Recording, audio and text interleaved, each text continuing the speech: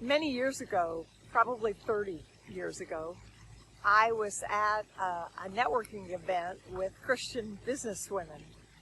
And the leader of the event asked the question, if fear were no object, what would you do? And out of my mouth came the words, build orphanages.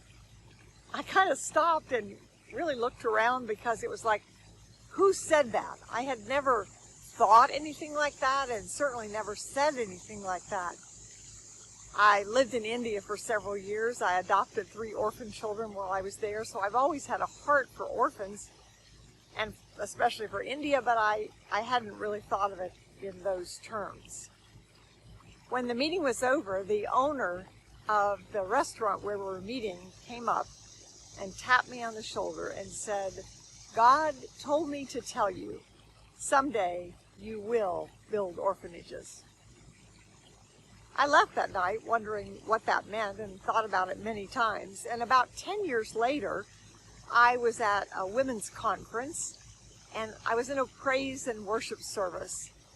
And a woman that I did not know came and tapped me on the shoulder and said, God told me to tell you, not yet is not no.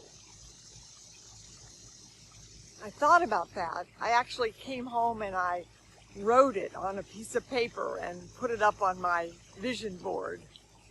Those words have been very meaningful to me through these last 2 decades since then, because there have been and still are things that I believe I was created to do. I believe that God wants me to do, and I've even tried to do or am trying to do them, but they haven't happened yet. But I'm constantly reminded of those words. Not yet is not no. What about you? Is there something that you've thought about doing? Maybe you've never said it out loud, but it comes to you periodically. Maybe you dream about it, or maybe you've put it on a vision board. Maybe you've even shared it with someone, but it hasn't happened yet. And sometimes you just get discouraged and think, well, it must not really going to be the case for me. But let me tell you, if you are still breathing, it is not too late. There are many people in the Bible who did their greatest things after they were what we would call old. So it's never too late to dream.